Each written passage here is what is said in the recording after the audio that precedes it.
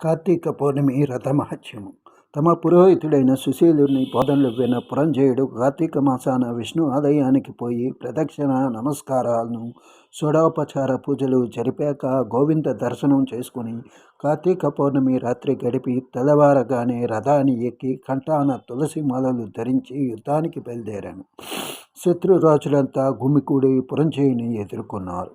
కాంబోజరాజు తన సేవ చిరాకు పడటం, తన పరాజయాన్ని పురంజయుని విజయాన్ని గమనించి అవమానంతో పారిపోయాడు.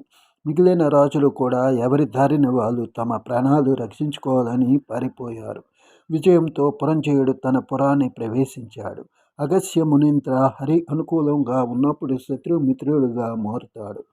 అధర్మం ధర్మం అవుతుంది. మానవుడు కార్తీక వ్రతం చేస్తూ కష్టాలను పోగొట్టే శరణాగత రక్షకుడైన శ్రీహరిని శరణు అన్నట్లయితే సుఖం పొందగలడు. వానికి సాధ్యం కాదు అని ఉండదు. దీనిని నిష్ఠతో జపించే పరిశుద్ధులై విష్ణు భక్తులుగా ధర్మవేత్తలు తెలుసుకోవాల్సి ఉంది. విష్ణు భక్తి సంసార సాగరాన్ని నుండి తరింపజేస్తుంది. పరసాది మహర్షులు, అంబరాసాది ఋషులు, నగరాది రాజులైన రాజులు హరిభక్తిని ప్రధానంగా భావించి ఉత్తమ గతిని పొందారు. స్వతంత్రుడైన పారతత్వంతో మురుగుతూ ఉన్న విష్ణు పూజా నిరతుడు కావాలి. విష్ణు భక్తి ప్రియుడు భక్తుల్ని రక్షిస్తూ ఇహపర సుఖాలు అందిస్తాడు. హరిభక్తి ఉన్నవారికి కార్తీక వ్రతం ఆచరించడం సులభం.